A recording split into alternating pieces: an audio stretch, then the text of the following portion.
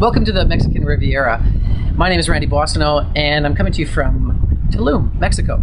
This week, what I would like us to focus on in igniting your success is what to do with mistakes. We all make them, but what separates people who really succeed in their lives from those who struggle is how they approach making mistakes. Let's set a little bit of context. One of the really interesting learnings from Dan Sullivan and the Strategic Coach program is the notion of measuring backwards. A lot of people spend time focused on the gap.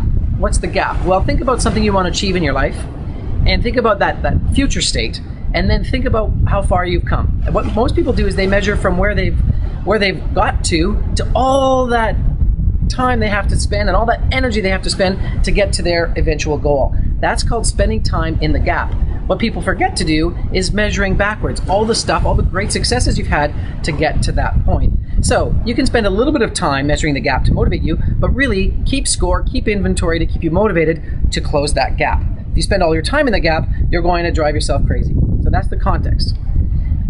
When I was at a wedding that I was here for in the region recently, a friend of mine was served a meal.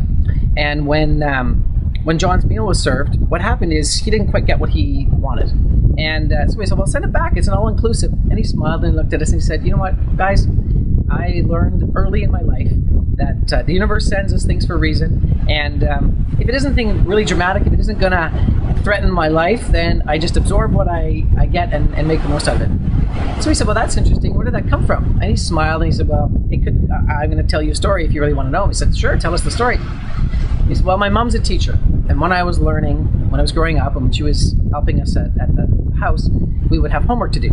And what would happen is we would have to copy words out or do our exercises. And I remember one day I was halfway through a page writing out my exercises, and I drew the letter L the wrong way. So I had a crooked L. And I got all upset. I was frustrated with myself. I was mad. I said, Mom, look, I got this crooked L and I got to rip the whole page out. She smiled at me. She said, son, sit down. Look at all this good work that you've done. You're more than halfway done this page. Why don't we do this? And she took my pen, she took the crooked L, and she made the crooked L, the backwards L, into a body. And then she put one wing on the one side of the body, and then she put another wing on the other side of the body. And then she drew two antennae at the top of the body. And then she did little nice patterns and circles in each of the wings.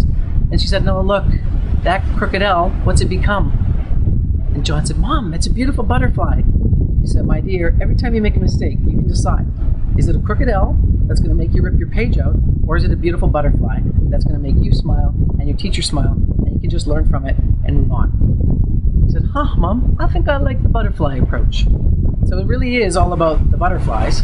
And he told us that at the end of that exercise, he had 2 more mistakes, which meant that when he handed in that piece of homework, there was 3 butterflies for his teachers to see. So in your life, what are the crooked L's? What are the things that you've got great progress and all of a sudden you make a mistake and you think you got to throw all of your good work away? How do you take that crooked L and turn it into a butterfly in your life? Spend a little bit of time in the gap to stay motivated, measure backwards, and turn those crooked L's into butterflies, and you will ignite your success. From Tulum, Mexico, this is Randy Boissonnault. See you next week.